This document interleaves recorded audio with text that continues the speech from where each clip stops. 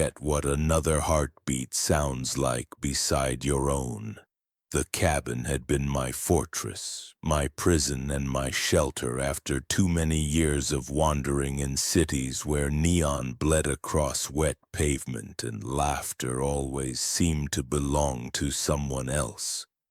I had lived in apartments where the walls carried strangers' voices through the plaster, where midnight arguments and muffled sobs stitched themselves into my insomnia until finally I thought distance would protect me. I thought a cabin in the wilderness would mean peace. But peace is fragile, and that night shattered it. The thud that woke me had been heavy, too deliberate to be the mere groaning of timber against wind. It jolted me upright in bed, heart racing with a primal warning that danger had found its way to my doorstep. My hands shook as I reached for the lantern, its dim flame clawing shadows into sharper shapes across the walls.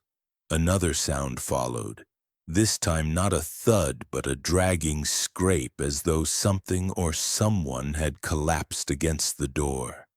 I wanted to stay still to wait it out, to pretend that whatever had come to me was a passing ghost of the night. But the silence afterward was worse than the noise. It was the kind of silence that demanded to be broken. With each step I took across the wooden floorboards, the air thickened until it felt like I was pushing through water. My hand hesitated at the latch. The war between fear and curiosity waged inside me. And then I opened the door. The sight collapsed the world into one single image. A man, his chest heaving in shallow bursts, blood matting his hair, his skin pale against the earth. His eyes fluttered open just long enough for me to see the depth of pain that lived there, then closed again as if surrendering to oblivion. His clothes bore the distinct patterns and beadwork I recognized instantly. He was Lakota, a scout, and though my life had been spent far from the places where wars were fought, I had heard enough to know what that meant. He was not supposed to be here. He was supposed to be the enemy. My first instinct was not mercy, it was fear. If I dragged him inside, what oath was I taking without speaking a word?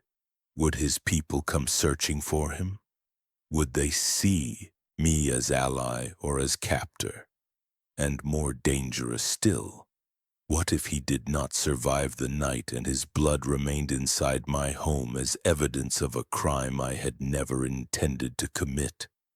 My mind darted through every possible consequence as my breath clouded in the cold air. Yet I could not tear my eyes away from him. He was more than just a wounded man. He was a mirror held up to me, reflecting a truth I had long buried, that I too was wounded not in flesh but in soul, bleeding invisibly from betrayals and abandoned dreams I had convinced myself no one would ever notice.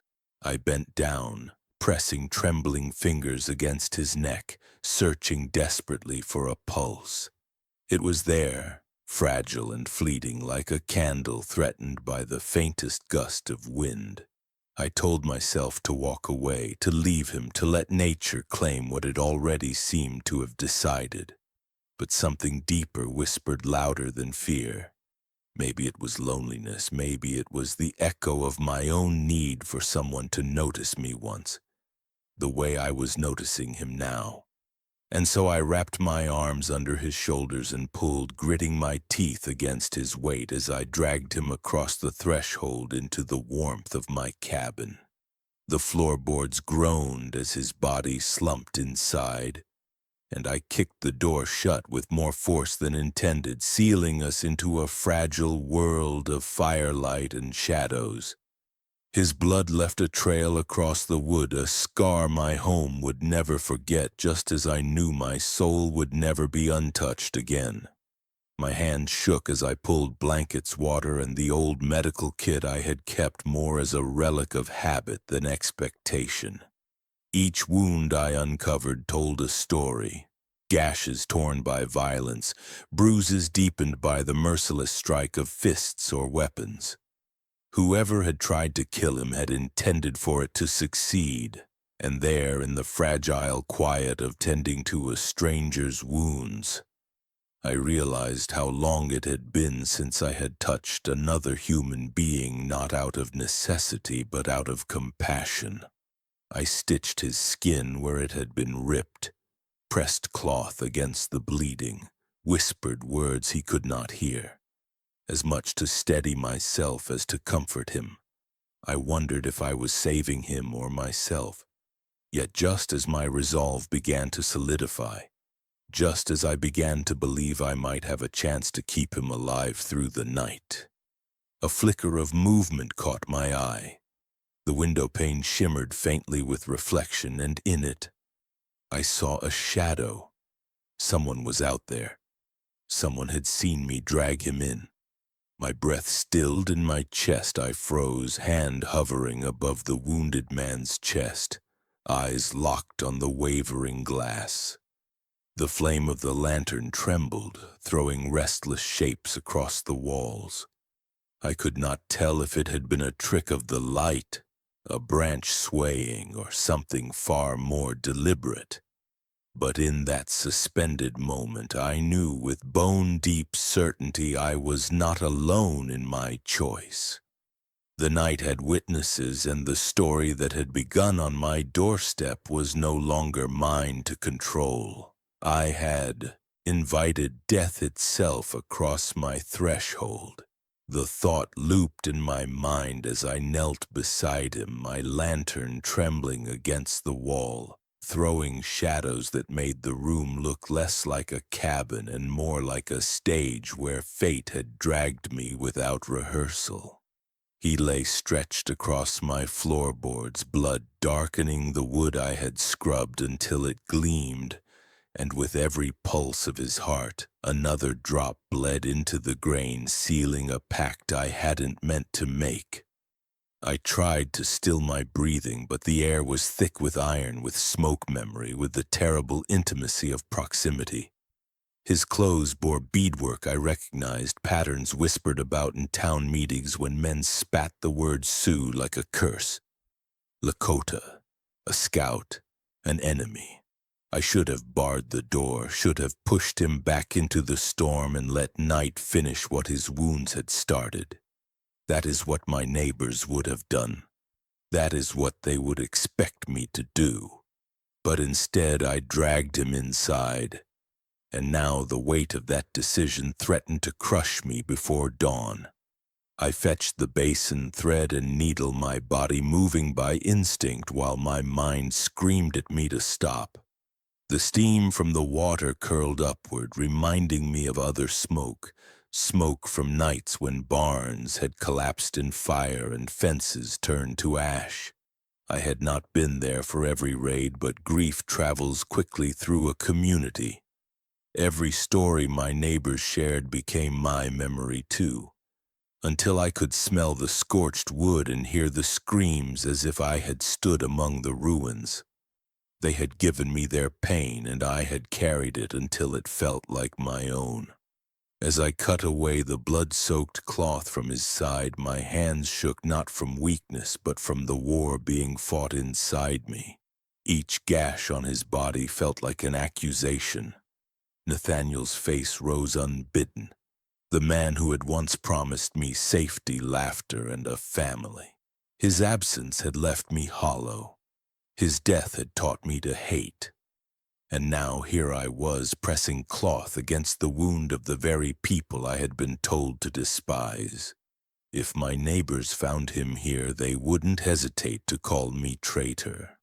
The word traitor seared through me, hotter than the lantern flame.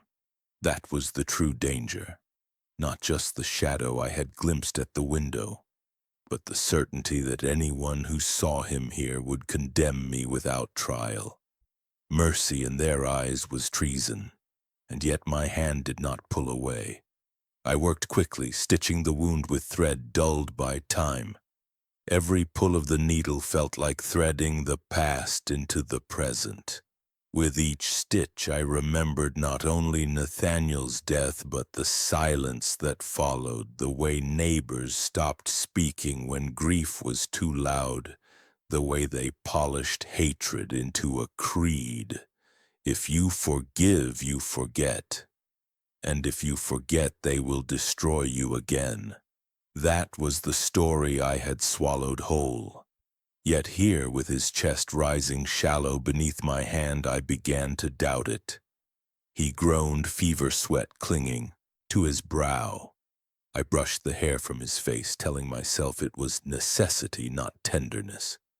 But even that lie began to unravel. There was a humanness here I could not deny, a vulnerability I recognized because it mirrored my own. I had lived years sealed off from connection, convincing myself solitude was survival, that silence was strength. And yet the moment I touched his skin, that silence broke. The enemy had a face, and worse, a heartbeat. I tried to keep distance, but compassion is a thief. It slips in through the cracks even when you guard the door. Each time I pressed the cloth to his wound, I felt it. The slow erosion of the walls I had built around my heart. I wanted to believe I was acting from duty, nothing more. But the truth was undeniable. Tending his wounds was tending my own, wounds invisible but every bit as raw. Still fear gnawed at me.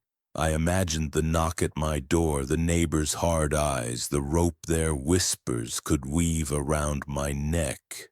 I imagined standing on the porch with this man behind me, trying to explain that compassion is not betrayal, that forgiveness is not surrender.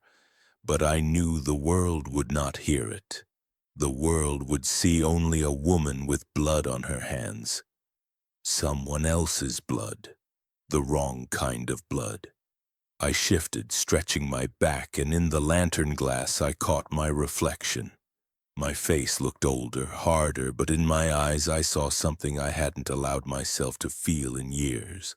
Recognition. This man was not my enemy, he was my mirror, and that terrified me more than hatred ever had. Maybe the real sickness wasn't compassion. Maybe the sickness had always been hatred. I thought of Nathaniel's unfinished letter tucked away in its tin box where he had confessed his fear and his plan to leave, to return when he was enough. For years I had carried that letter like proof of betrayal. But now, kneeling by another man abandoned by fate, I began to see it differently. Nathaniel hadn't betrayed me. He had simply been human, scared, broken, longing for dignity. And so was the man on my floor. The hours stretched thin. The wind pressed against the shutters, whispering like a jury outside my door. I checked his pulse, adjusted the dressing, tried to ignore the way his lips moved in restless dreams. I told myself he was lost in fever, that his words meant nothing. But then it happened. His body stirred, and before I could pull away, his hand shot out. Fingers wrapped around my wrist, hot, trembling, but with shocking strength. My breath stopped. His eyes remained closed, lids flickering, but his lips parted. At first the sound was only breath, a rasp of fever. But then the shape of the word sharpened, undeniable. He whispered my name, not slurred, not uncertain. He spoke it as if he had known it all his life. The basin slipped from my lap and clattered across the floor, water spilling like a confession. My heart slammed against my ribs as his grip tightened, then slowly slackened, his hand falling away as if the effort had drained him. The room went still, lantern trembling, fire snapping in the grate. How could he know me? Who had spoken my name into his ears? And what did it mean that he carried it with him, bleeding, fevered, on the edge of death? I sat frozen, staring at his face, the echo of my own name still ringing in my ears. Fear and something stranger mingled in my chest, and in that fragile silence I knew this night was no longer about mercy. It was about revelation. Every time I touched his wound, memories of smoke and screams came rushing back. The sentence arrived like a match struck in a room that smelled of old timber and older dread, and as the flame of the lantern jittered in the draught, I felt the present peel open to reveal the past layered beneath it. The way wallpaper loosens at the corners and shows you the earlier patterns a house has tried to forget. His breath worked against my palm in quick, uneven tides, and each rise and fall pulled me through years I had promised never to re-enter. Back to the night when the world had learned a new color of orange, the kind that eats barns and fences and the future in a single mouthful. And to the morning after when the silence was so complete it throbbed. Silence presence, heavy enough to bruise, thick enough to choke, honest enough to tell you that life would never be proportionate again. I had told myself that time hardens you, that grief calcifies into something like resilience. But the lie had always been that resilience equals distance, that if I kept my heart in a penthouse empty high above the streetlights, metaphor or memory, city or prairie, it hardly mattered. The lifts would all be controlled by me and I would decide who came up. In that hermetic architecture of loneliness, I had made pilgrimages to late-night diners where other sleepless souls stirred sugar into coffee as if hope were granular. I had walked cracked sidewalks that swallowed the rain and my footsteps with equal appetite. I had looked down from windows that made the city glitter like forgiveness and felt nothing move in me except a weary admiration for luxury cars idling at red lights, their engines purring like cats that had learned to disguise hunger as civility. And then the world narrowed to this cabin, this stranger, this slow bond that felt like an unplanned clinic of second chance. A place to learn the stubborn grammar of healing without pretending that wounds are pretty. His fever had begun to talk in the way fevers do, a language that is more cadence than sense. And when my name escaped him, it changed the definition of enemy so completely that the old word could not find me. I told myself there were logical explanations. Someone must have said my name within earshot in town, or he had read the tiny stitching on my towel forgotten on a chair. Or perhaps there had been a missed connection years ago when our separate maps overlapped without our knowledge, but even my rational mind recognized that the content mattered less than the contact. That names carry recognition like a hidden ember, that he had reached across a distance both our people had named uncrossable and found my face in the dark, and that I, who had worn emotional distance like armor, felt the plates loosen in their leather straps. He slept again, the tight muscle of his jaw unclenching by half, and I used the reprieve to move through the room with the soft mechanical focus of a nurse whose shift has run far past exhaustion. I cleaned. I re-warmed the compresses. I tested the stitches with the gentleness of someone who has learned the difference between pain that punishes and pain that heals. And as I did, I slid in and out of the reel that grief keeps loaded for emergencies. The raids told and retold until the telling became a way to hold our dead in a net. The riders blurred to faceless shapes because making them faceless made our hatred manageable. The barn doors warping and giving like ribs, the churn of animals trying to climb out of their own bodies to escape the heat, and beyond the violence the arithmetic our elders favored when the sun came up. Loss quantified, injury itemized, reparations fantasized, revenge planned like a crop rotation, until there was no room left for the weather of nuance. Nathaniel entered the frame wearing his old grin, the one that made even practical errands feel like dances. And in the next cut he was smoke, and in the next cut he was a letter of truth I found later, its edges softened by the oil of his fingers, lines confessing fear and the sin of wanting to be enough before he admitted it to me. And I had let that letter rehearse my anger for me for years, because anger is obedient when love is not. If you let it, anger will fetch your slippers, answer your door, reinforce your gates, guard you against trust, and warm your bed with a heat that never quite reaches the cold parts of you. Standing at the small table now, counting breaths that were not my own, I recognized that I had married my anger to my loneliness and called the union resilience, and that the man on my floor, Lakota, not the slur I had been taught to say, a scout perhaps, a messenger certainly, a person unmistakably, had become the interruption I had not scheduled and could no longer cancel. To save him was to betray Nathaniel. To abandon him was to betray myself. The sentence ripped through me and left me standing between two doors, neither of which felt survivable. And it was in that threshold that the city returned again, a mirror in a bar where a stranger once dabbed at a cut on his brow and I, already closing off, pretended not to notice.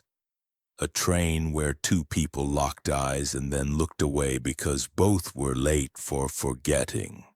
A clinic where a nurse with kind eyes told me that some wounds will not close until you admit they exist, and I laughed because jokes are cheaper than honesty. Here now I set a cup to the scout's lips and let a splash of broth travel across, watched his throat work and felt the soft machinery of hope attempt to restart under my ribs, reluctant like an engine in winter but willing. I had thought hatred would keep me safe because hatred draws strong lines, but strong lines turn you into a country with one road, and roads that narrow can only become traps.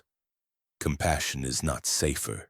Compassion can get you branded and burned, but it is wider. And while I could feel the neighbor's eyes, I could not yet see. Assembling in the speculative dark beyond my window with their careful stories and rough certainties, I also felt the older eyes of those who had sat across negotiation fires long before me, who knew that names matter and that honesty about fear is a braver currency than threat. The people in town said Sioux with the flattening certainty of a word that erases detail. But I had heard the school teacher when she dared say Lakota and Dakota and Nakota, separate rivers with separate songs, and her pronunciation back then had sounded to me like treason, when perhaps it was merely an attempt at respect. If morning brought witnesses, mercy would read as treason.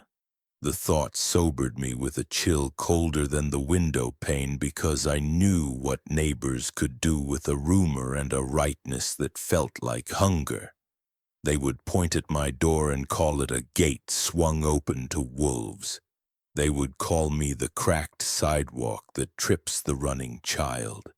They would say forgiveness is abandonment and resilience means never risking again. And as the stove breathed and the night thinned, I tested the truth of my own spine and asked myself whether I would step onto the porch and tell a different story. One where trust is earned over time and love is not the soft lie of a fairy tale, but the hard craft of returning to the table after the first sharp words. I bent to check his side and felt his heat rise against my face like a warning. Fever thinks in spirals, and his spirals had begun to close around scenes that did not belong to this room. Fragments of a winter plain and a woman's laugh and a drum. And I stayed with him anyway because presence is a kind of medicine that does not always announce itself with results. I spoke to him in the voice one uses for a skittish horse, not cooing but steadying. told him that the bleeding had slowed, that the stitches were holding, that the night had given us at least that much mercy, and as I said it I realized that I had begun to say we without meaning to, that some small allegiance had been formed in the act of surviving beside each other, and that whether or not he woke to sign his name to it, a contract had been made. The cabin, my fortress, and my prison shifted its weight on the hill as if listening. The rafters made their arthritic clicks. The stove exhaled, the lantern sighed, and in the glow I saw again the mirror of glass by the latch and felt that strange vertigo where two selves argue for the right to narrate the body. One the widow who keeps a ledger of blood and interest, the other the woman who is tired of eating anger for supper, who wants the clinic of a second chance even if it costs her standing in a village whose approval has never warmed her bed. Perhaps this is what personal growth actually looks like. Not a trumpet, but a quiet transformation assembling itself out of small, brave acts performed in a room no one applauds. Hatred was easy. Hope demanded proof. Proof came not as revelation, but as repetition. I changed his compress. I turned him slightly so the pressure did not punish one side. I lifted his wrist and counted, feeling his pulse stutter like a man who keeps choosing to live and then forgetting why. And while my fingers held the rhythm, I remembered Nathaniel's hand guiding mine along a fence line. Remembered the foster boy in town whose gaze haunted the schoolhouse window as if families were constellations he could almost name. Remembered the way missed connections accumulate like abandoned letters until your home is a museum of unsent truths. I told myself that if this man woke, if the dawn did not bring a rope, if the world let us borrow a few hours of possibility, I would begin a different ledger where redemption is not a spectacle but a slow bond formed of errands and soup and apologies that do not change history but make the future less cruel. When the warning came, it threaded itself through sleep like a needle-piercing layered cloth. His eyes did not open, but the lids trembled as if seeing.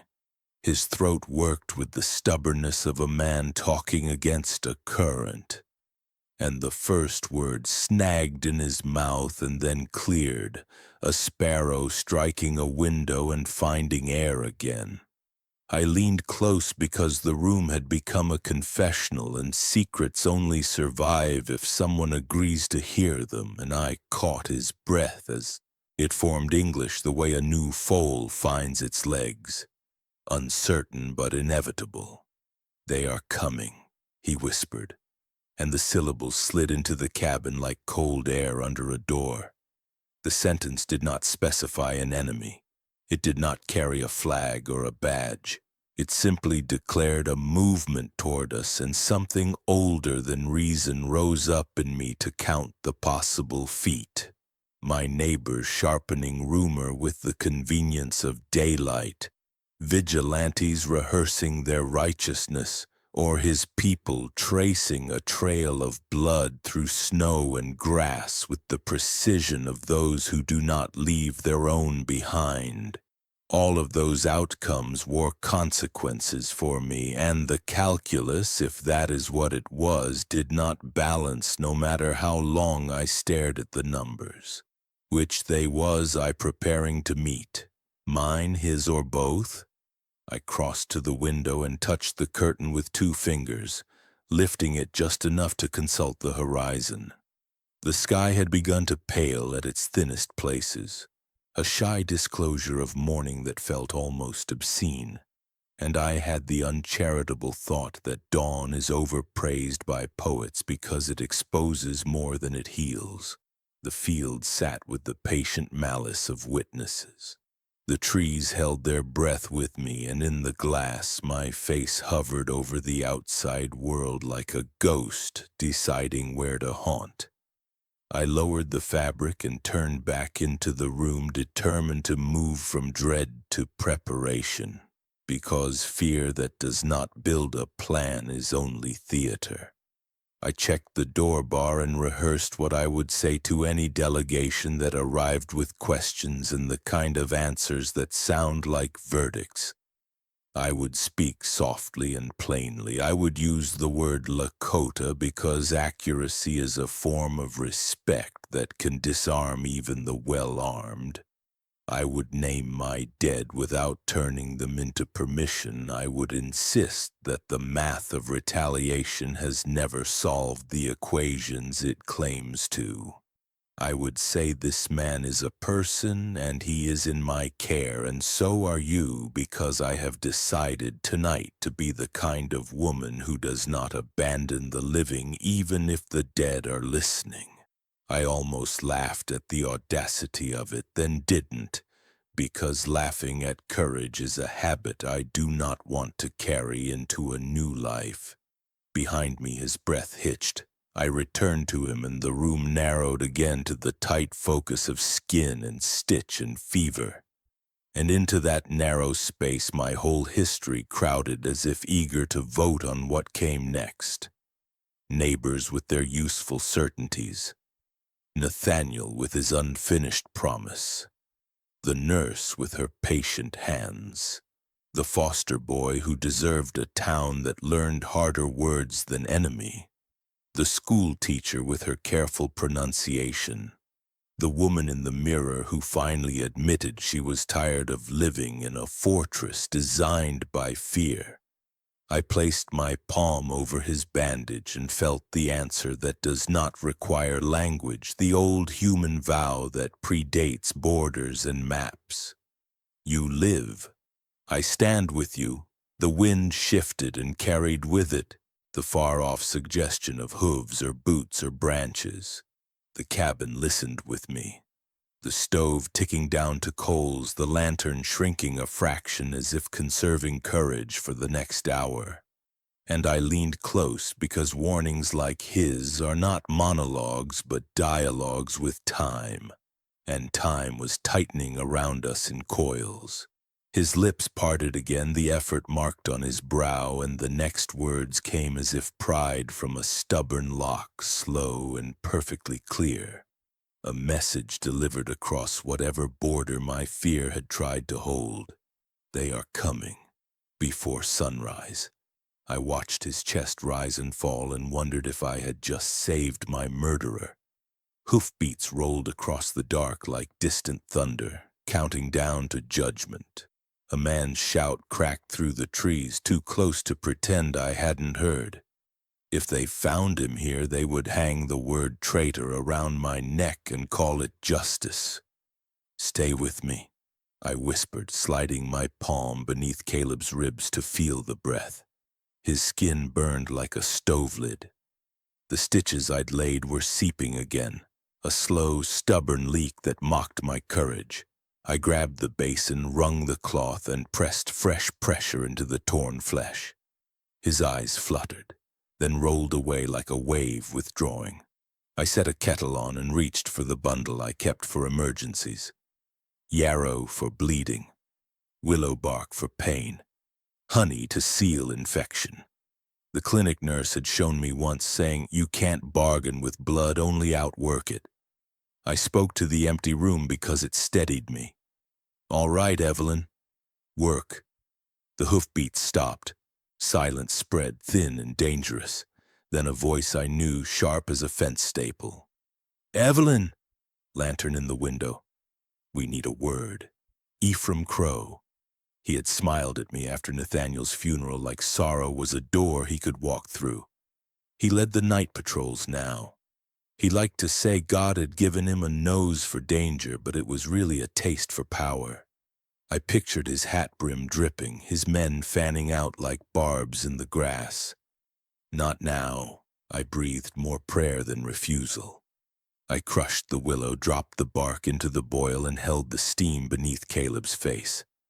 "Small sips if you can hear me," I said. "I need you to fight." His chest hitched once, shallow and weak, I tilted the cup and wet his lips. He coughed, then stilled. Panic rose like a hand at my throat. I rubbed his sternum hard with my knuckles the way the nurse had taught me to pull someone back from the edge. Come on, come back. A fist hit the door, friendly in rhythm, unfriendly in intent. Lanterns burning, Evelyn. You awake? Ephraim called. We're tracking a Lakota scout. Bleeding trail comes near your ridge. I gathered the quilts and lifted Caleb's shoulders. Forgive me, I said, and dragged him off the bed to the shadowed pantry alcove. Every inch left a darker smear.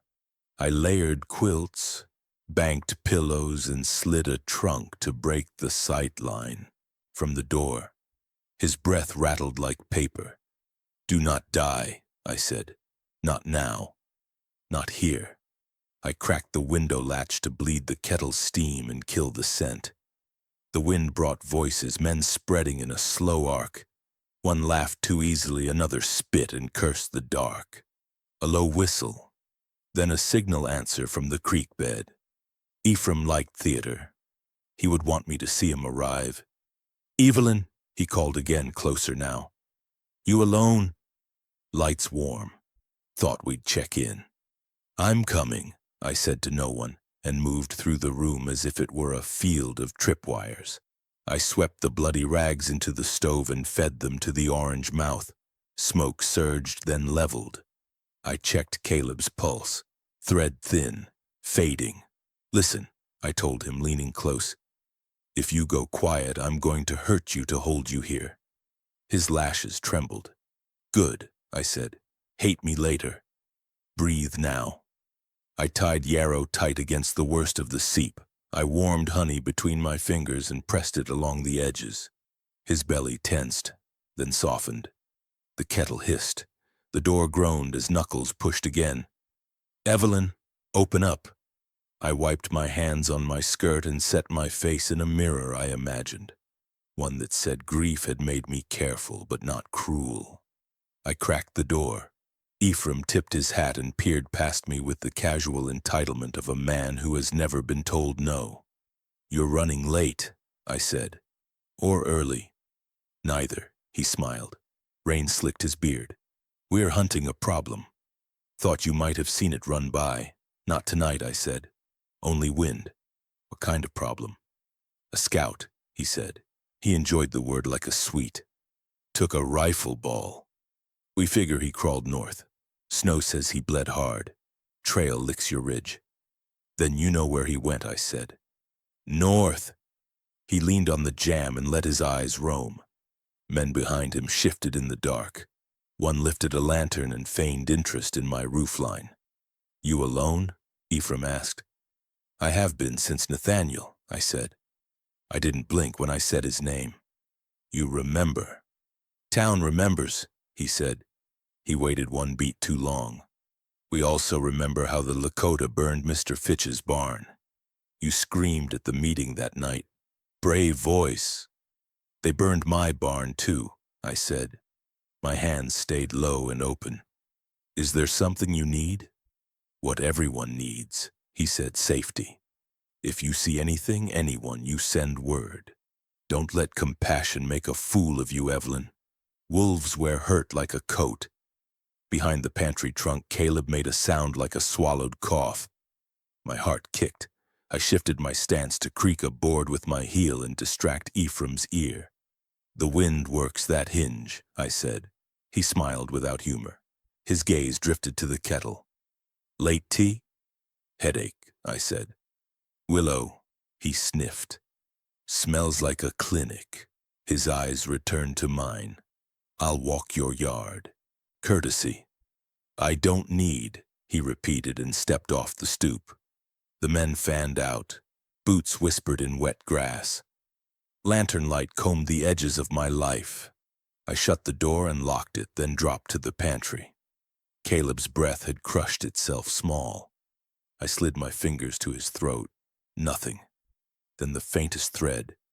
It faded under my touch. No, I said, and struck his chest with my palm. No.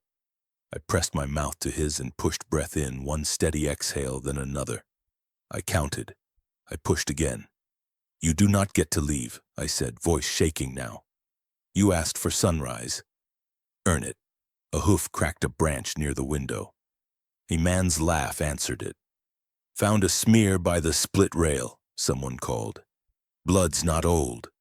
"Stay down," I told Caleb and gave him breath again. His chest lifted weakly. I found a pulse, frayed, but there. I cradled his skull and thought of Nathaniel's letter, the one that said he'd left to become enough. "Come back," I whispered. "I won't let you be another letter."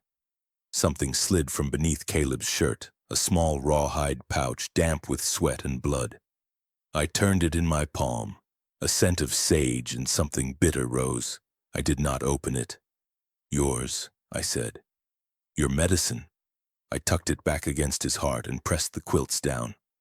A knock hit the window. Ephraim's face hung in the glass, pale and patient. "House looks tidy," he said through the pane. His eyes didn't blink. "You sure you haven't seen a wolf?" "Only one," I said, and smiled the tiniest bit. "He's at my window." He laughed and moved away, but the laugh had edges. Lanterns passed across the yard. I dragged the trunk another inch and returned to the kettle. The willow brew had darkened. I grabbed a cup and blew steam. "Swallow," I said, and tipped a sip into Caleb's mouth. He coughed twice and took it. "Good man," I said. "That's a road back." Footsteps returned to the stoop. I stood wiping my mouth like I had been caught singing. Ephraim didn't bother pretending to be polite this time. He planted both hands on my door and leaned in his voice. "We know he's here," he said, and every word vibrated in the wood. "Don't make us pull him out by your ankles." Caleb's fingers tightened in the quilt. Outside, steel rasped leather. Men shifted. I set the cup down, and for one heartbeat I believed that I could hold both lines, mercy and survival, without tearing. The belief was as thin as a spider thread and just as brave. "Then come and see," I said, my hand on the bar. "But you will not like what it makes of you." A lantern lifted. The men drew close. The door shuddered in its frame. The night swallowed Ephraim's smile, and his voice knifed through the trees. "We know he's here." The forest outside my cabin wasn't empty. It was breathing. Every pine inhaled, every branch exhaled, and the ribs of the dark moved like a great animal deciding whether to bite. I eased the window open an inch and let the night's breath touch my face. Somewhere beyond the creek, a twig snapped with intention. I slid the rifle from under the bed and checked the sight by feel. "If they force the door, they see me first," I told the air, "not him." Caleb lay where I had hidden him, quilts tight, breath a paper whisper. His fever had climbed and then broken, leaving a wet chill on his skin. The willow brew had steadied him, but not enough to buy us comfort. Boots scuffed near the woodpile, then moved on. The lanterns had withdrawn toward the creek after Ephraim's threat, but I knew his habits. He liked to circle and return for the jump. I cracked the outer latch on the back window to set a false rattle, then stood in the kitchen doorway and counted breaths to calm the shake in my hands. "Evelyn," Ephraim called from somewhere I couldn't place. "You can end a lot of fuss by being sensible." "Being sensible got our barns rebuilt," I muttered. "Being sensible buried our dead." I braced the rifle on the sill and trained the sight line along the yard's black seam. A shape moved and reformed. Another shape answered. I sighted on the lower mass and held my breath. "Don't," I told myself. "Not until you see eyes." A low grunt came from the fence. Hooves stamped. The shape lifted its head, ears pricked, and a white slash flashed in the starlight. A deer, ribby and aggravated, nosing at my turnip patch like it had been promised a feast. I exhaled hard and let the muzzle fall. False alarm. I whispered, half laughing at my own fear. The deer huffed, stomped, and bounded away. For a heartbeat, the night felt almost normal, as if the trees had been only trees and not witnesses sworn to testify. A board creaked behind me. I whirled and lifted the rifle. "Who's there?" Only the stove answered, ticking down as its heat relaxed the iron. I forced my shoulders down and returned to the pantry. "It's nothing," I said aloud, because saying it made it almost true. "Just a deer. Just the wind." Caleb's lips moved, a dry scrape of sound. I knelt beside him. "Water," I said, and tipped a sip to his mouth. He swallowed. His eyes stayed closed, but his hand groped for mine and found it. The strength in his grip surprised me. "Easy," I said. "You're safer if you stay flat. Window," he rasped. I leaned close to catch it. "Watch the window?" "I am," I said. "I've got you." He tried to speak again, but the effort tore the breath he needed to heal. I pressed 2 fingers to his wrist. The pulse had fattened, stubborn and real. "You're not dying tonight," I said. "Not on my floor. Not on their terms." A fox cried in the draw, thin and rising, and the hairs lifted on my neck. The sound folded into another, brush parting, deliberate and slow. I moved back to the window and scanned the tree line. The lanterns were gone now, smothered on purpose. Ephraim had decided to hunt with darkness instead of light. "Crow," I called, not shouting, but loud enough to be heard if he wanted to hear. "If you break my door, you break your oath to the town. You swore to protect, not plunder." The trees held their breath. My words slid into them and froze. A new voice answered, not Ephraim, younger, tense. "We just want the scout," it said. "He took one of ours last summer." "You mean you shot at each other?" I said. "I'm not your scaffold." Rust rattled a gate hinge far left. I pivoted, tracking the sound, counting the beats between footfalls. The pattern didn't match Ephraim's men. Too soft, too separate. Another layer of threat walked the edge of the clearing. "Caleb," I said softly without looking back. "If you can hear me, answer one question. Are your people near?" A pause. Then the faintest squeeze of my fingers. "Yes." My mouth went dry. "Then no one breathes loud," I said to him and to myself. 2 parties stalking the same house could turn our hope into tinder. The wind shifted. Smoke from my chimney braided with pine pitch and drifted across the yard. A figure detached from the brush and moved low along the chopped wood. I eased the rifle up and set the sight just ahead of his knee. "Last warning," I said through the window. "Don't test me." The shadow froze, then raised both hands with practiced slowness. "Easy," the young voice said. "I don't want your blood." "Then you're my favorite visitor tonight," I replied. "Back up." He did, 2 steps, then melted into the dark with a speed that said training. Another branch whispered on the opposite side. I shifted, trying to hold both angles and feeling the night thin under me like old ice. "Evelyn?" Ephraim called from the lane, voice closer again. "Had your fun?" "We can wait till dawn if you like. Dawn makes honest folk."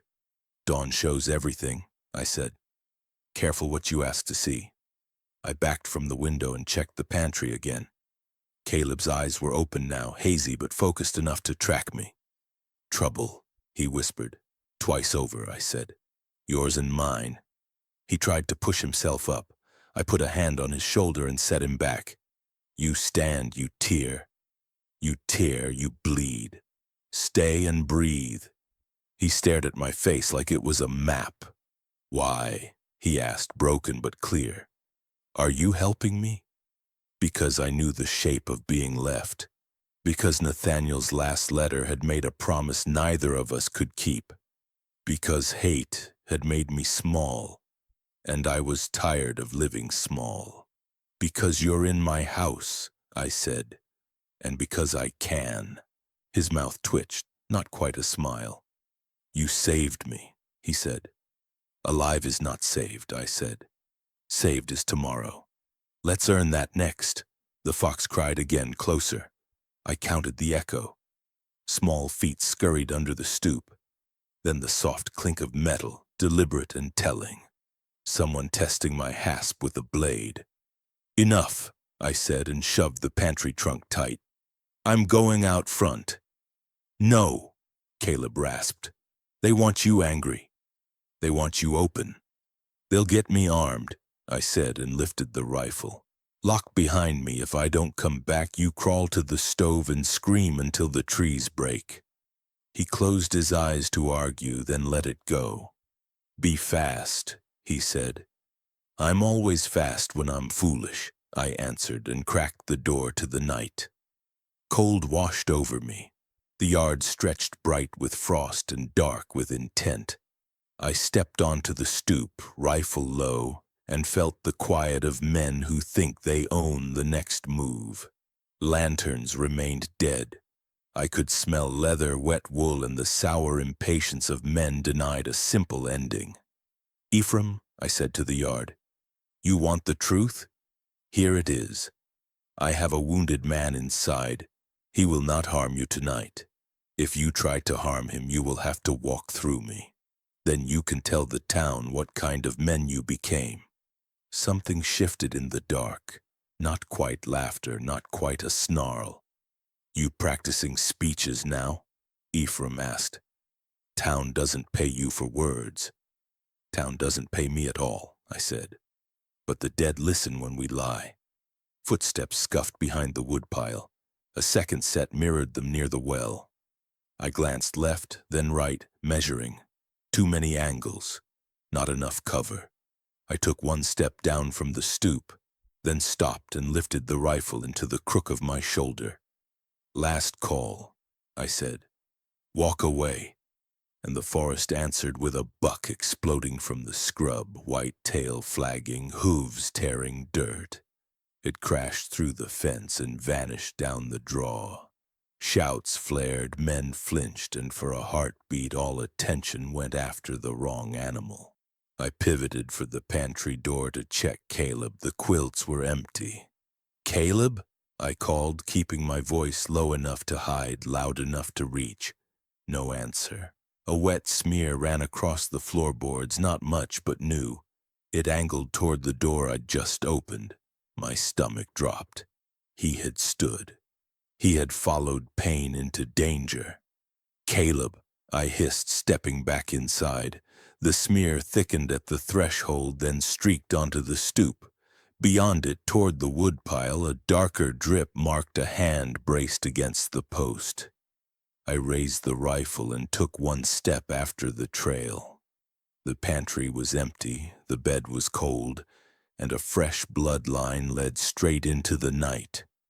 Between his broken breaths, I began to hear a story I was never meant to know. And I heard it first not as language, but as the scrape of his body against the frost-dark ground, a stubborn signature of survival written in dents and drag marks that tugged me off the stoop before I had finished deciding whether to be brave or prudent. The bloodline I had feared became a guide through the shifting dark, past the chopped wood and the split rail where moonlight gathered like a held breath, until I saw him collapse near the shadow of the ash tree. His elbows buckled under him, his face pressed to the earth as if listening for an answer in the cold. I knelt, already scolding him for standing when standing would open every seam I had stitched. Yet the first thing my mouth delivered was gratitude, because his ribs still rose, thin as a sparrow's flutter. And gratitude is a habit the body remembers even when the mind is busy calculating risk. I slid an arm beneath his shoulders and thought I felt the night itself lean in. the trees drawing closer to overhear, while down the slope to the creek a lantern winked once and went dark in a way that said someone had practiced that gesture many times before, which meant Ephraim had not given up his hunt so much as changed its costume. "You should not have moved," I said, folding him toward me so his weight became manageable. And he pushed a sound through clenched teeth that I recognized as apology disguised as stubbornness. He had dragged himself away from the door because he believed danger would prefer the center of my life to the edges, and the notion that he had tried, broken as he was, to draw harm toward himself and away from me struck something buried under my practiced mistrust and knocked on it like a friend arriving at an hour when friends do not usually call. "Left tracks on purpose," he managed, the words brittle from fever yet shaped with the careful economy of a man used to letting only true necessary things escape. And shame moved through me at the speed of heat. Because while I had rehearsed speeches about mercy and justice, I had also been quietly afraid that he might cost me more than I could afford. He had cost himself, and without complaint, and that arithmetic is the only kind that ever changes anyone. I worked him upright against the ash, cupping the back of his head to protect what dignity my clumsiness threatened, and beneath my hand I found the small rawhide medicine pouch I had noticed earlier, warm against his sternum and fragrant with sage. He must have clenched between thumb and forefinger so often that the scent belonged to him now. He noticed my fingers pause and covered the pouch with his own hand, not possessive so much as reverent, and when I looked up I saw his eyes open to slits that still managed to register more of the world than mine did wide. "You need the truth," he said, and the words were a bridge he did not owe me but built anyway, plank by plank, starting with the simplest. His people would not call him Caleb. That name was the one he had offered me as a courtesy to my tongue, the sound he answered to in trading posts when fatigue made translation costly. The Yodo name he wore among his own had a shape my mouth could almost find, Chaska meaning first son, a name that held stories he did not unpack because names store families, and he was too wise to spend kinship under a winter sky with hunters near. "My chief is my mother's brother," he added after a breath that sounded like a coin scraped from a frozen table, and in that single sentence he handed me a map of loyalties more exact than any frontier survey, because it told me the measure of his obedience and the depth of the bond that obedience protected. The chief had taught him to read wind, to move invisible across open ground, to accept that treaties are words that break when hunger grows, and to keep his people alive by outrunning promises that arrive on paper and depart on fire, none of which made him mystical or monstrous, only disciplined in the old ways that kept communities breathing when the weather and the world conspired to stop them. He spoke of his mission by fragments because breath rationed truth into pieces and the picture slowly arranged itself like a beaded pattern where each color has to wait its turn. He had been sent north of the river 3 nights ago to find a runner who carried the last replies from families pushed west after a broken agreement, to carry news back that could prevent a raid some young hotheads favored and the elders did not, to mark where vigilantes had begun placing bait fires to draw men into rifle arcs, to confirm whether Ephraim Crow was merely loud or newly dangerous, and to return by a path that kept him unseen, which would have worked if an unsteady boy with something to prove had not fired too soon at a shape in the dusk, and turned careful into desperate. He did not curse the boy, and that refusal altered me more than any vow could, because it revealed a patience I had so rarely afforded the ones who aimed at me.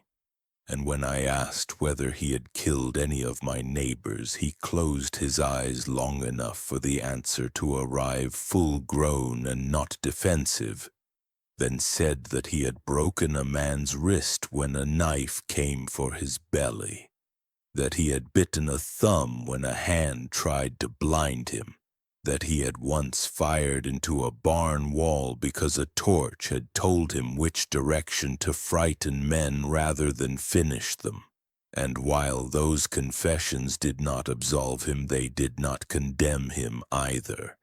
They explained him, and explanation is what we owe each other when we can bear to pay. "Your patrol leader," he added, and there was no contempt in the title, only the neutrality of a scout measuring ground. "Hunts because hunting makes him sure of himself. He pretends the creek is a mirror, but he is just checking his face for courage in the dark." And I wanted very badly to laugh at Ephraim's vanity, and could not, because laughter belongs to daylight and safety, neither of which had yet returned to claim us.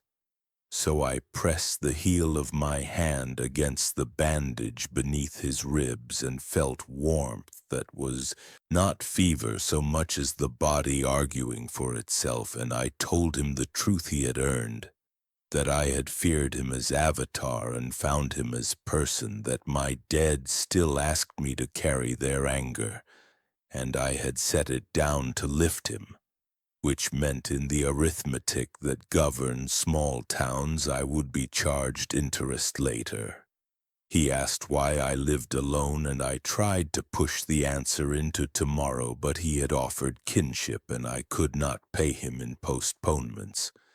So I told him about Nathaniel in a handful of lines without embellishment, how grief took me apart in slow spirals until solitude felt like shelter rather than punishment, how the city healed nothing in me except the habit of noise, how clinics of second chance exist but require a person to arrive with a will to open, and I had arrived with a door nailed shut, which is why I had retreated to a cabin where only the stove listened until a bleeding man gave the room back its original purpose, 2 lives inside it breathing.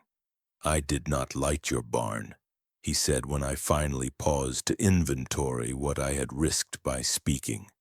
And it was not a denial so much as a promise to keep our accounts honest.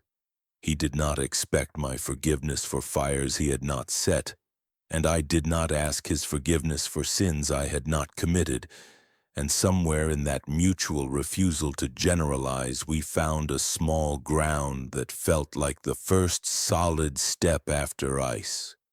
I told him we had to move because dawn turns shadows into witnesses and witnesses into stories and stories into verdicts when men like Ephraim need to prove themselves. So I hooked my arm under his again, and we practiced the choreography of the wounded and the willing. 2 slow steps forward and a pause to stop the room from spinning. 2 more steps to the low stoop where the frost skinned the plank like glass. Another pause to mark the creek's silence and decide whether it meant safety or teeth. His weight bent me but did not break me, and in that modest victory I felt a strength I had not trusted in years. The ordinary heroism of carrying what you chose rather than what the world shoved. Inside, the air received him like a house relieved to be a home again. I tucked quilts against his flank, set the cooled willow to his lips, fed the stove with careful increments, and kept my voice steady because steadiness is contagious when panic longs for company. Then I told him the thing I had been avoiding naming since the first knock. The town would call me traitor if it learned what I had done, and the word would not stop at my door. It would walk the length of my days with me and introduce itself to anyone who dared sit at my table. And he listened without argument and answered without apology, which is the only way an answer can be worth hearing. "Your danger is not only your town," he said. And for a moment the lantern seemed to shrink because the night had leaned closer again. Then his eyes sharpened and held mine, so I understood he was not dramatizing for effect, but describing a rule with teeth. His chief had told the young men that any scout who let his blood fall into an enemy's care had surrendered more than flesh, and any enemy who accepted that blood had crossed into a territory where kindness could be a trick. And because the people had survived by refusing tricks, the rule was merciless to keep the living breathing. "What rule?" I asked, although I already knew because the shape of it had haunted the edge of the room since he spoke his kinship. And he answered with the plainness of a man who respects you enough not to soften the blow, telling me that if his chief found him under my roof, wrapped in my blankets and stitched by my hands, the old law would read it as a stain that could spread, and the removal of that stain would be swift for everyone who had touched it, which meant that mercy had placed us on a line with no good exit except courage. He watched my face set itself against the news and did not look away, did not reach for my hand in a gesture that would have made the moment sentimental and therefore smaller, did not apologize for a code that had saved lives long before I learned the word resilience. He simply gave me the sentence that turned our fragile alliance into a live fuse and trusted me to be equal to the truth. And the sentence arrived as a warning and a vow, hoarse and exact, the shape of a future that could still be averted if we were careful and quick. "If my chief finds me here with you," he said through breath that scratched like flint, "he will kill us both." Somewhere between fever and firelight I let down my guard, not with a grand gesture, but with the small, durable acts that actually change a life. The rehearsed reserve loosening into a chair pulled closer to his makeshift bed. The mug refilled without asking whether he deserved it. The lamp trimmed so the light did not glare in his eyes.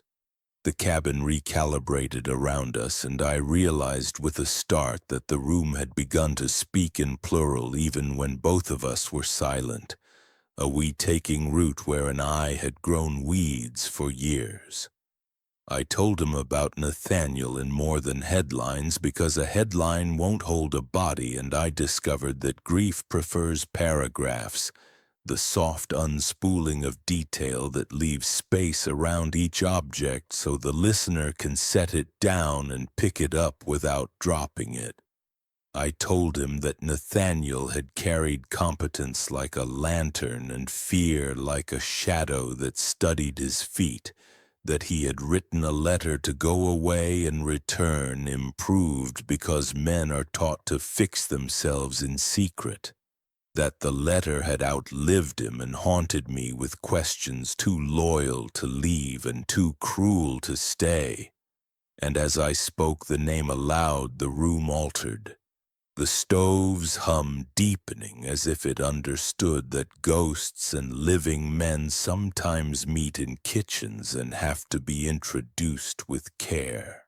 He did not interrupt with apology or platitude which would have made me dislike him, and he did not steal the story for himself with a competing wound which would have made me distrust him. He listened as warriors listen to weather, intent and patient, hearing how the wind wants to turn before it does. And when he finally spoke, it was not to absolve my past, but to declare the present a place fit for two. telling me that he knew the weight of being measured and coming up light, that men in his camp wore bravado like bone, and he had learned to carry doubt like a hidden water bottle in summer. Not for shame, but for survival, because doubt lets you question orders just enough to keep children alive. Outside, the night rearranged its feet in the leaf litter, and I felt the perimeter shift, not nearer, not safer, merely different, as if two circles were orbiting us from opposite directions, waiting to see who would claim the center. Ephraim's men with their righteous hunger, and the watchers from my stranger's camp with their strict protections. Trust in that context felt less like a sentiment than a tactic. A rope we both held so we could cross the same gap without falling, and to test whether the rope would hold. I told him the practical things that make intimacy useful. Where I keep the spare cartridges, where the floorboards speak too easily. How to knock on the low beam if someone comes before dawn, so the sound travels as a signal and not a confession. He offered me his knife without drama, the handle worn to his hand and darkened by the oil of use. And I did not pretend humility by refusing, because refusal would have been a performance meant to reassure my pride rather than protect our bodies. I took the knife, and the weight of it calibrated something in me.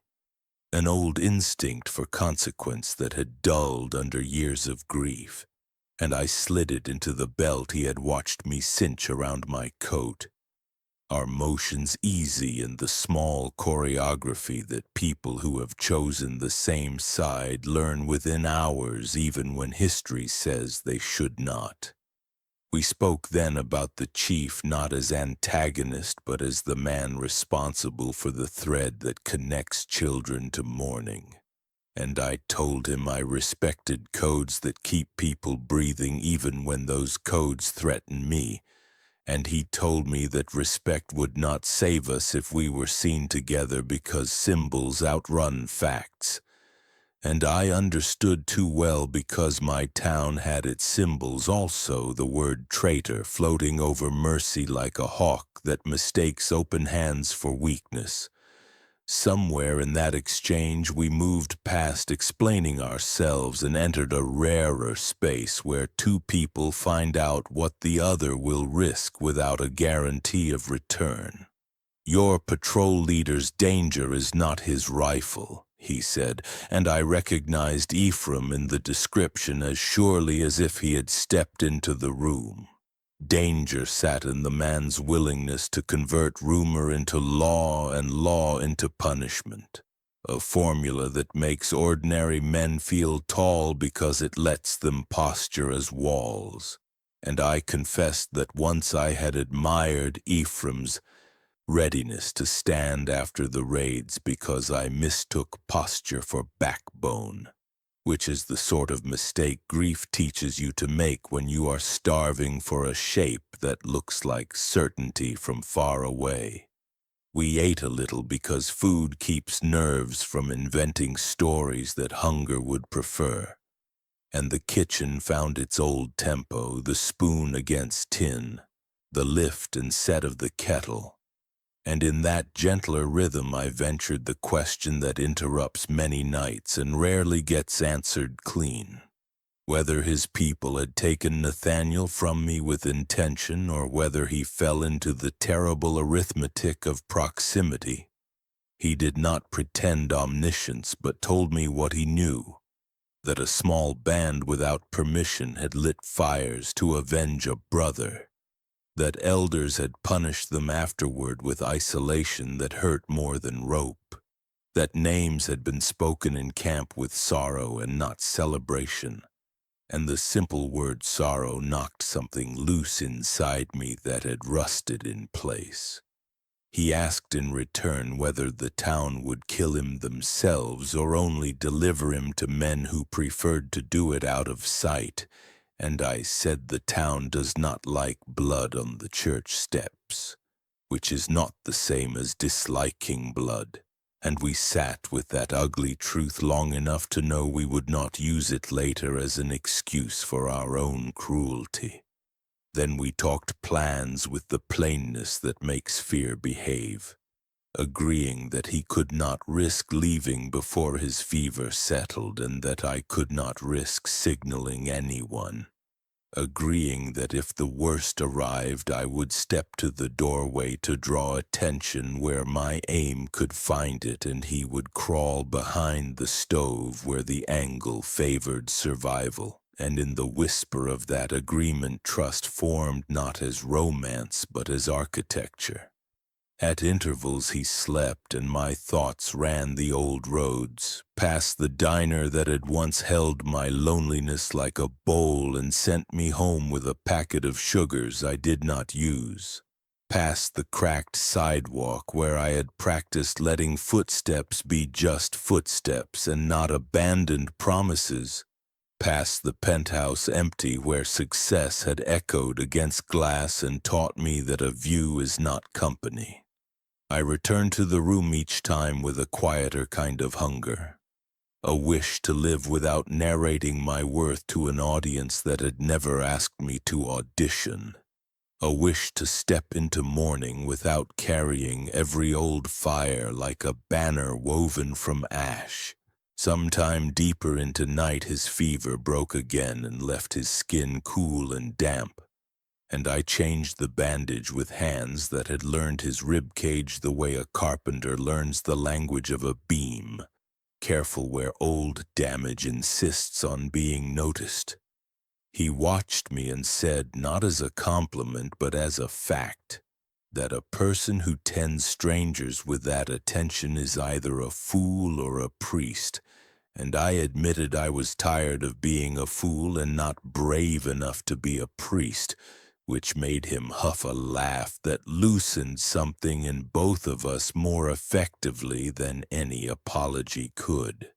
The room had grown so intimate with breath and low talk that I almost forgot the two circles closing from the trees, and then the house remembered for me, the window buzzing with a vibration you can feel in your teeth before your ears interpret it. A tremor that belonged not to wind or hooves, but to message. The sound came first as a rumor under the floorboards and then as a certainty in the glass. A cadence rolled low and steady across the dark, not melodrama but infrastructure. The way communities speak to themselves over distance when voices fail and speed matters more than elegance. He turned his head toward the sound and named it without fear, only with the acknowledgement of a system working as it must. The warning drums from the ridge called by lookouts who had found a trail they did not like and were telling their kin to draw in. The cabin walls received the rhythm and gave it back to us with a shiver that felt like a hand on the spine. And I understood that whatever truce we had built within these boards would now have to hold under pressure from both directions. The town's hunger and the camp's law aligning like weather fronts that planned to meet over our small roof. I reached for the rifle not as threat but as reminder that courage without tools is a sermon. And he reached for my sleeve not to stop me but to anchor me in the decision we had made to stand as we were rather than run as we had been taught.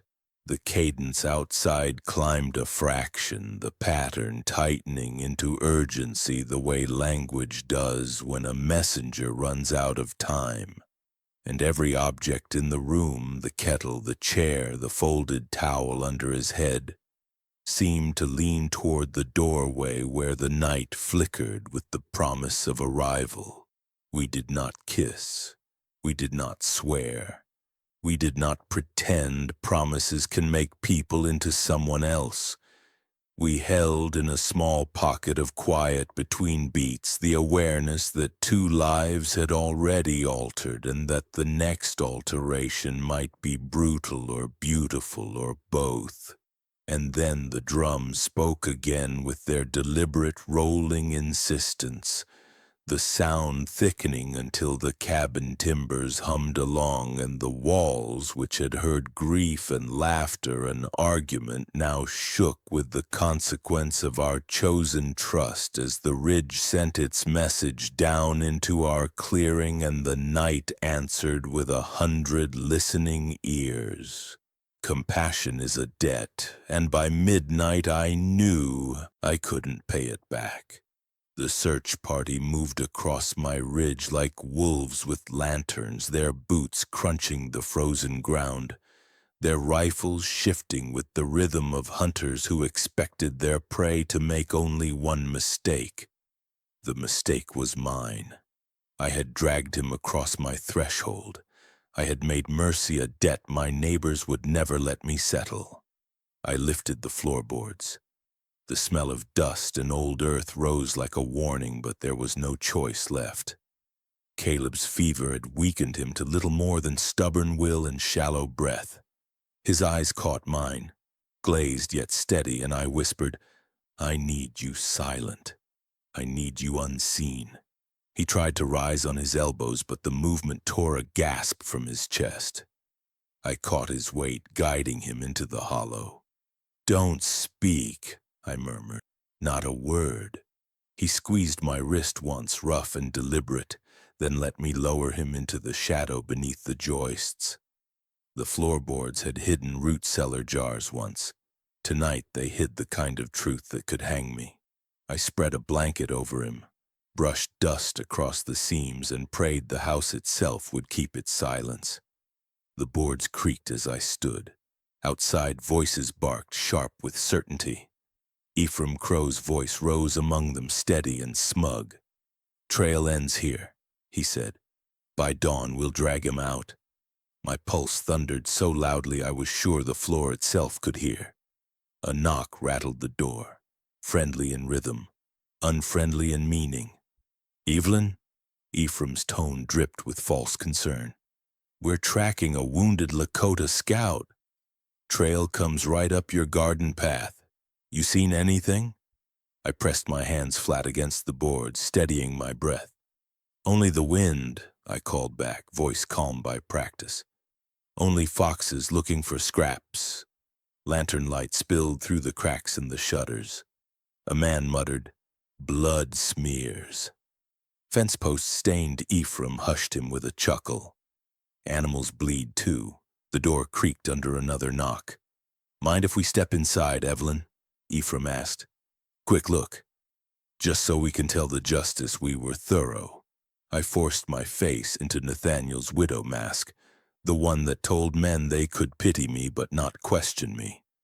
I unlatched the chain halfway, enough to show my shadow. "My boards don't welcome boots tonight," I said. "And you don't need them to. Look elsewhere." His eyes searched mine, weighing whether my grief made me dangerous or weak. Behind him, rifles shifted impatiently. Finally, he tipped his hat. "If he's here, he's yours to answer for," he said. "Compassion can cost more than coin." Lanterns bobbed away toward the creek. I shut the door, slid the chain, and sagged against the frame. Then a softer knock tapped the wood. Not Ephraim, a different rhythm. Hesitant, familiar. Evie? Samuel, my childhood friend, his voice carrying both concern and suspicion. My stomach turned cold. I opened the door, a crack. He stood with his hat in hand, eyes restless. "I told them I'd check on you," he said. "I didn't want Ephraim sniffing around your floor." "You shouldn't be here," I whispered. "I've been here all my life," he said. "Question is, who else is?" His eyes flicked past me toward the floor. Too quick, too knowing. I stepped outside onto the stoop, shutting the door behind me. "I'm alone," I said firmly. "Like always." He tilted his head. "Lanterns still burning. Kettles steaming. Looks like company." "I drink tea with ghosts," I snapped. "That's all the company I have." Samuel studied me, jaw tightening. Ephraim thinks you've let mercy blind you. He says compassion makes traitors. Ephraim mistakes cruelty for strength, I replied. That's why he needs an audience. Samuel looked down, scuffing his boot against the step. I told him I'd vouch for you. But Evie, he swallowed, voice dropping. If I'm wrong, they'll brand me with you. You don't owe me that risk, I said. His gaze lifted sharp. Don't I? After Nathaniel, after the barn, after all the nights I thought you'd let me stand in his place? My throat tightened. Samuel. He shook his head. You shut the world out, and now you open your floorboards to him? The silence after was sharper than any accusation. From beneath the boards, a cough rattled faintly. Samuel's head snapped up. What was that? My heart froze. The stove, I lied quickly. Old iron breathes. He leaned closer to the door, voice lowered so only I heard. Evie, if he's under there, you've chosen wrong. Ephraim won't forgive, the town won't forgive, and He broke off, shaking. I steadied my voice. Then go home. Pretend you heard nothing. He lingered a beat, searching my face like a man staring into a mirror he couldn't fix. Then he nodded, almost to himself. I'll leave, he said, turning down the step. At the edge of the yard, he paused. Without turning, he called softly through the dark. Words meant only for me. At dawn, he whispered, the chief himself will come. The words slid into me like a blade. The price of mercy had just risen beyond what either town or heart could afford. When I opened that door, I was ready to die. The lane had gone dark on purpose, lanterns snuffed so men could feel braver than they were. Ephraim's patrol staged in the cedars, boots placed on roots to keep sound small.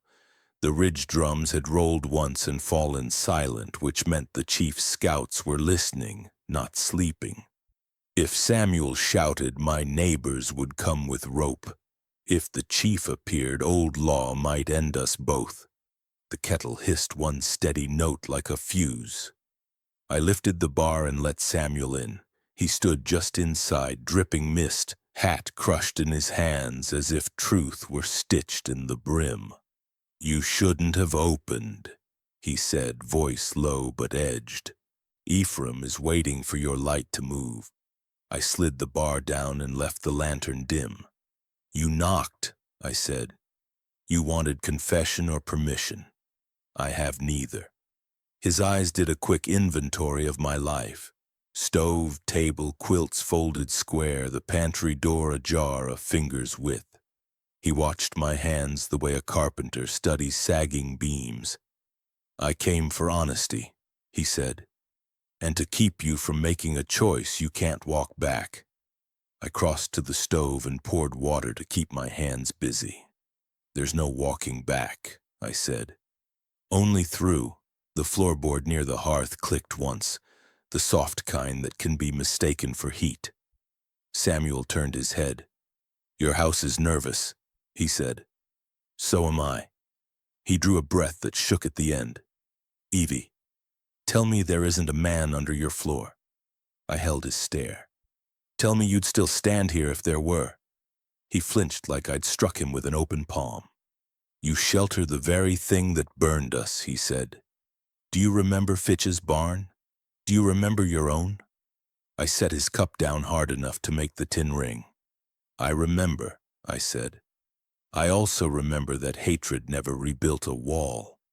He stepped closer, the old sway of boyhood affection visible and dangerous. Hatred didn't drag a Lakota scout across your threshold, he said. What did? Recognition, I said. And the part of me that isn't dead. He stared a long beat, then laughed once, short and bitter. So I'm a tombstone, he said, and he's your resurrection. The word resurrection cut too close to where hope had started to breathe. I didn't blink. You want plain words? I asked him plain. He was dying, and I would not let him. Samuel scrubbed his jaw with his palm, breath feral at the edges. Ephraim suspects, he said. He smelled willow and honey. He wants rope at sunrise. He glanced toward the window and found only his reflection long and uncertain. If I shout once, he added, they'll come running. I moved between him and the shutters. And if you don't, he swallowed, then I am yours until morning, and I will be ruined for it. From beneath the boards, a muffled cough tried and failed to be a swallow. Samuel's head snapped toward the sound. God, he said softly, you did it. He took one step for the hearth. I stepped with him and stopped him with my body. Don't, I said. You are not that man. His jaw muscled against the order. What man is that? The one who points, I said. The one who lets others do the breaking. He peeled his eyes off mine and looked at the floor like it had confessed. He hears us, Samuel said. Does he understand? A second click from the joist answered before I could. Enough, came Caleb's voice, raw but deliberate, leaking through the seam like smoke. Enough to know danger. Jealousy sharpened the vowels, an iron tang threaded through pain. Samuel stiffened. So he speaks our words, he said. How much more has he taken? He hasn't taken anything, I said. I gave it. Samuel flicked his gaze to my mouth, the old map he had followed since childhood. What else did you give? He asked, and the question was a knife wrapped in silk. My trust, I said, because I needed to keep mine from rotting. Outside, a twig snapped once and did not snap again. Ephraim's way of telling the night he was patient. The drums far up the ridge answered with 2 soft heartbeats. The room tightened. Samuel heard both and recalculated. He warned you about the chief, he said flatly, and you're still here. I nodded. Then hear me, he said. If the chief stands in your doorway, your mercy becomes an insult. That law doesn't forgive your stew and stitches. I know their law, I said. He told me. Samuel's face whitened at that intimacy. He told you, he repeated, thumb pressing the dent in his hat as if to keep the world from bulging. Then he told you that standing in the path means dying in it. I lifted the kettle, poured a cup, offered it, and watched him not take it. Samuel, you came for honesty, I said. So listen, I would rather be ruined for doing the right thing than safe for doing the easy thing. He let the sentence land and live. You think I don't want that for you? He said, voice frayed. I do. But right and easy aren't the choices. It's him or you. He drew a breath, steadied, and changed tactics. Let me move him, he said. I'll drag him to the edge of the ravine and whistle. Ephraim will find him outside your walls. You'll live, I shook my head. You will not drag a wounded man like a deer, I said. He is not your kill. Samuel's eyes glassed. Then what am I? He asked. A friend at the door or a fool rehearsing vows no one will take? I could have touched his sleeve and lied. I did neither. You are a good man standing on the wrong story, I said.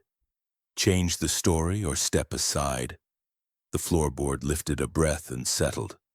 Through the dark seam, 2 eyes caught the ember light and held it. Caleb was awake and listening, anger burning beneath gratitude, a warrior's pride refusing to be the quiet burden. He wants you, he rasped upward, each word rasping the joist. Tell him you are not his shadow. Samuel's head tilted, wounded and furious. He orders you while hiding under your house, he said to me. That's the man you risk for? That's the man I saved, I said, and he is not hiding. He is healing. Samuel stepped back and pointed at the floor despite himself. He is using you, he said, to live, to divide us, to make his war cleaner. I shook once, then stilled. He is reminding me there is a world beyond our grief, I said. That's the only thing I will let use me. The door latch ticked from cooling wood and both of us jumped. Somewhere beyond the fence a horse shifted and settled. A low human whistle rose, curved, and died. The chief's watchers were painting the edge of my yard with sound. The house felt smaller, our breaths louder, the stove now a heartbeat instead of heat. Samuel placed his hat on the table with a care that looked like surrender. "I can't fight 3 armies," he said softly. "Ephraim outside, your stranger below, and you in the middle." I stepped closer because distance was a cruelty neither of us deserved. "You don't have to fight me," I said. "Just don't become a weapon." He blinked and nodded once as if setting a nail flush. "Then stabilize what you can," he said. "Move him to the corner beam. There's less echo there. If Ephraim pounds the boards, the sound won't betray his breath." He caught my surprise and almost smiled. "I built half these cabins, Evie.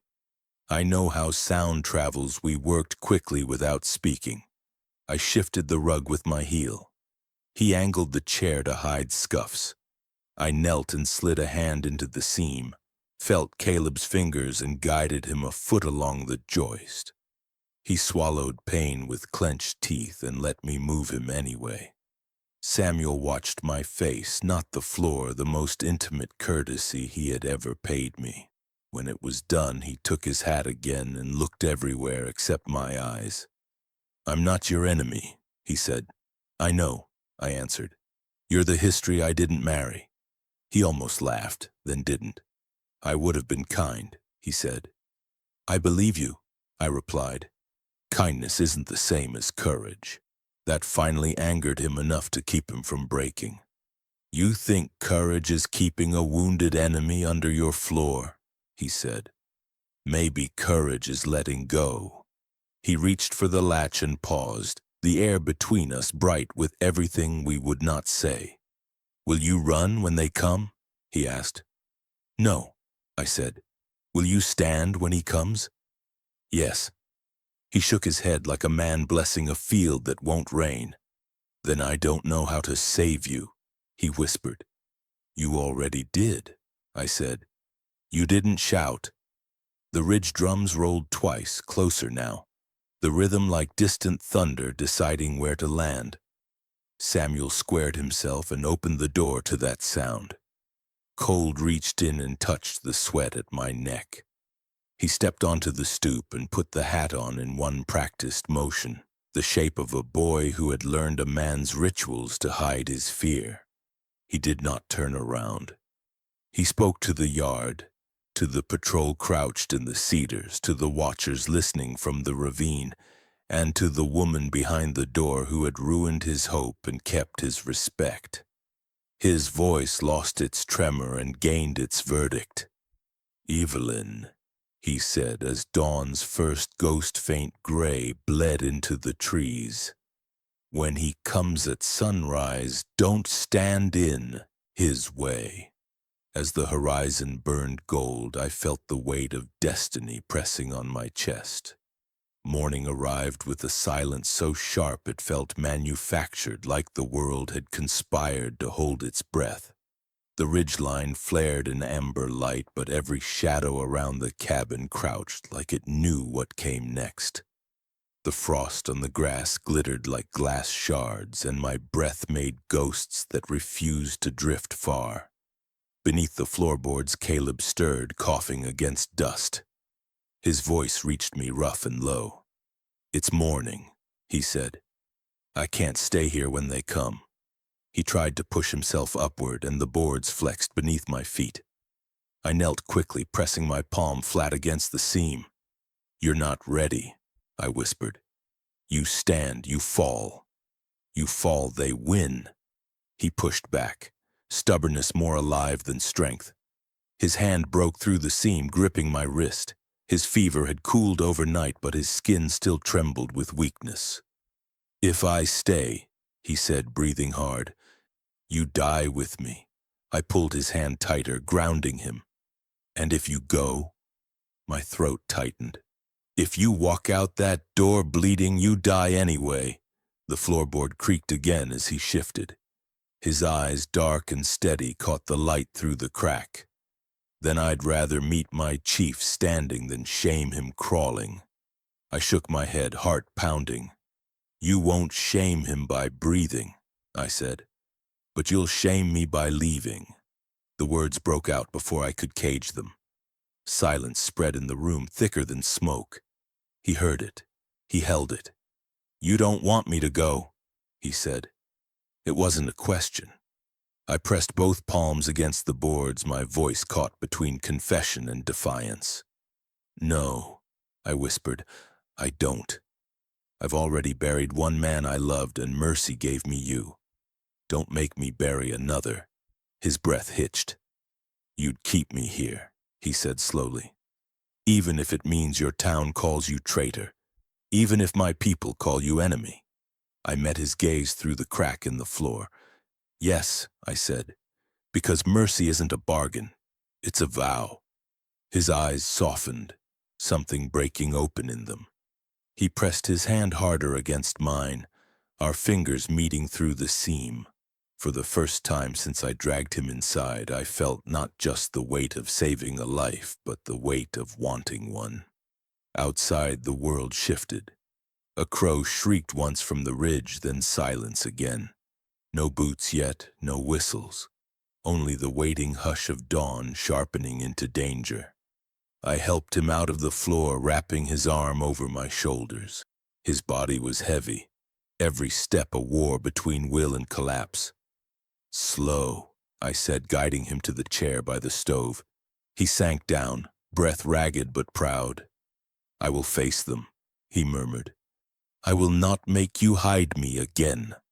I knelt before him, pressing new bandages against his ribs, fingers trembling as much from fear as from the Yun closeness of him. If you walk out there, Ephraim will put a bullet in your back before your chief even sees you. Then let him try, Caleb said. My chief will see who fired first. I looked up at him, eyes burning.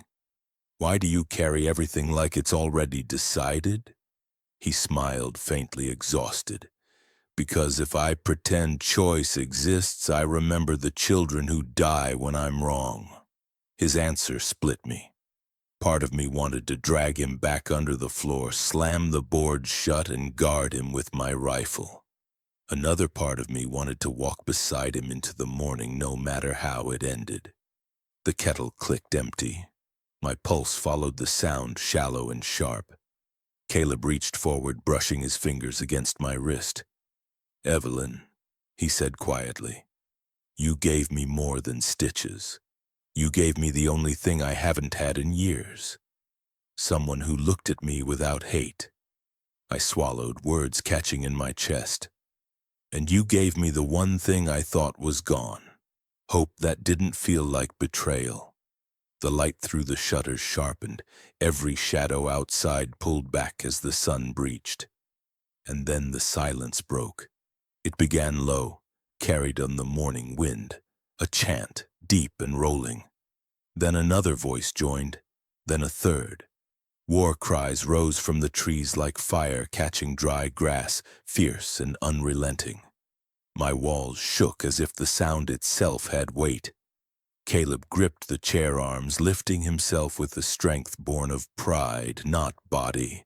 The Sioux warriors had come, and they had surrounded my cabin. When the chief stepped into my cabin, the air itself stopped breathing. Dawn pushed a narrow blade of light across the threshold, and every particle in the room seemed to align with his shadow. 2 warriors followed without hurry, braids damp with frost, faces composed like stone taught to listen. Behind them, the ridge drums fell silent, replaced by a stillness that carried more threat than shouting. I kept my hands open and my spine straight. If judgment was a door, I had already walked through it. Caleb tried to stand and nearly folded. Pride stiffened his knees. I slid a hand toward his elbow. He refused with a flick of the eyes. The chief noticed both gestures, and nothing else in his face moved. His presence did not shout power. It made power irrelevant. He stepped once to clear the sill, the head of his lance tilting a thoughtful inch, neither raised nor aimed. You crossed a line, he said, voice low enough to make the shelves vibrate.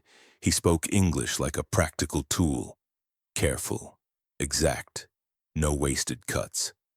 His gaze moved from my fingers to the bandage at Caleb's ribs, then to the hairline seam of floorboards I had cleaned with shaking hands. You dragged a bleeding man into your house. You put your name in his breath. Do you understand what that means? I understand he would have died in the snow, I answered. I understand I would not let him. I kept my eyes on his because flinching is a language men learn to use against you. If I crossed your line, I crossed it with stitches, not steel. Outside, someone shifted on the porch. Ephraim Crow's drawl slid along the boards like a knife-testing bark. We're done waiting, Evelyn. Either you open, or the cedar opens for us. The two Lakota warriors angled their bodies a hair toward the door. The chief did not turn his head. He looked at Caleb.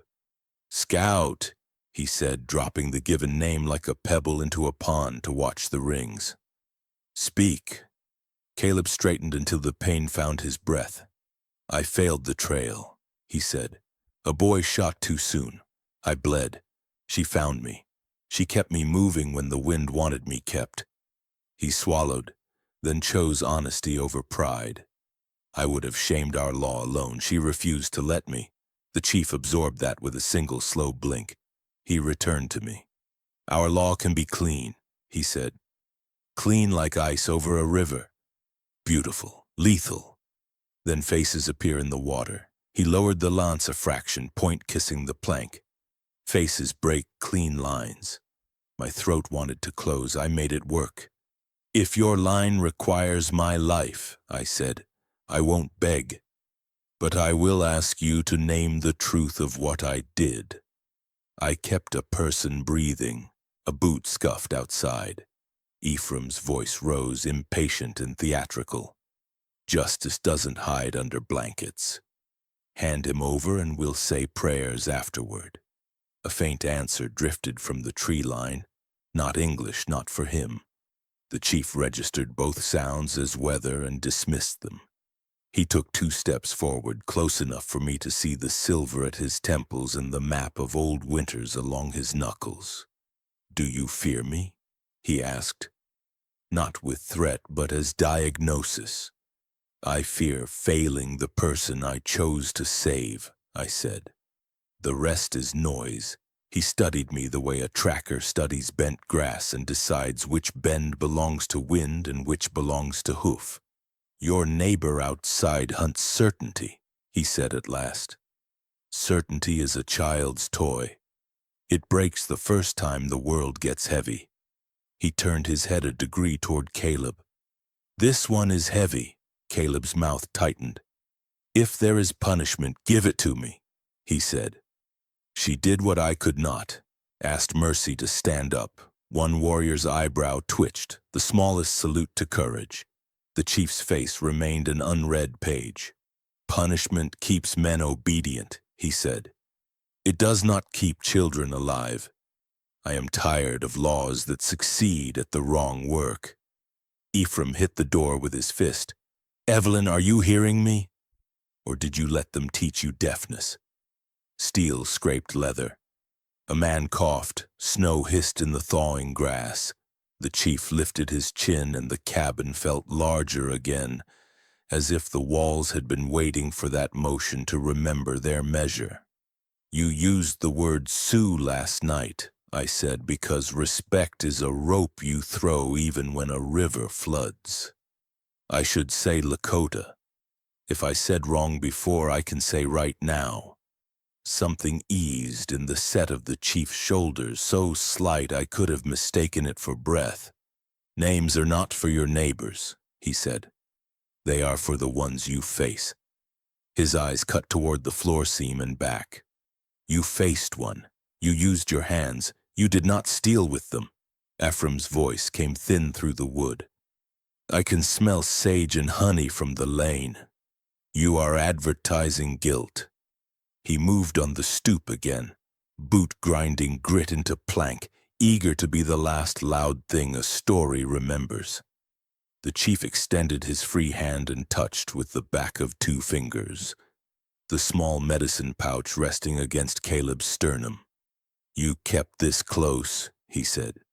It was not a question. Caleb nodded once. "She returned it when I dropped it." "You did not open it," the chief observed to me. "I don't open what I don't understand," I said. "Not if it belongs to someone breathing." He considered that long enough to make my palms sweat. "Good," he said finally.